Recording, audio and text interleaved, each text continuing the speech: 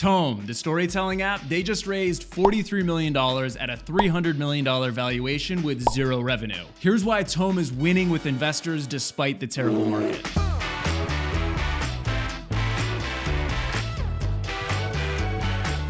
So lead investor Lightspeed had a Zoom with the founders, flew to San Francisco the next day, and then signed a term sheet to lead this round just a few days after that. If this were still 2021, this wouldn't even be newsworthy. Every single funding round was going down like that. But it's now 2023, and as you may have noticed, the fundraising market is super not great right now. Tome was able to overcome the bear market for two main reasons. First, it's the fastest growing productivity app in history, having gotten to over 1 million users in just about 4 months. That kind of explosive viral growth, you typically only see that with B2C apps and you never see it in B2B. And record-setting, category-defining growth is certainly a way to get investor attention. Second, Tome has generative AI features everywhere you look, and we all know that that's investor catnip today. You can use GPT to write for you, DALL2 to generate images for you, and even more impressively, you can just tell it what kind of presentation you're trying to make, and it'll spit out a full-on Tome for you to use as a starting point. So big picture, Tome is ultimately looking to replace slides. And PowerPoint, for all of its issues, is still a default standard as one of the most widely used communication tools in history. So these investors are betting that Tome's new interactive form factor plus its native AI features will replace slides. And they're making this bet even as Microsoft and Google both announced the same generative features in their own slides products, which is super noteworthy because large legacy incumbents are usually laggards to adopt new technology, but in the case of LLMs, they're leading the charge, which means the market for slides, presentations, and storytelling is likely to be a highly competitive knife fight over the coming years. Well, that does it for today on the PLG 123. Make sure to subscribe for more videos featuring VC perspectives on today's top stories.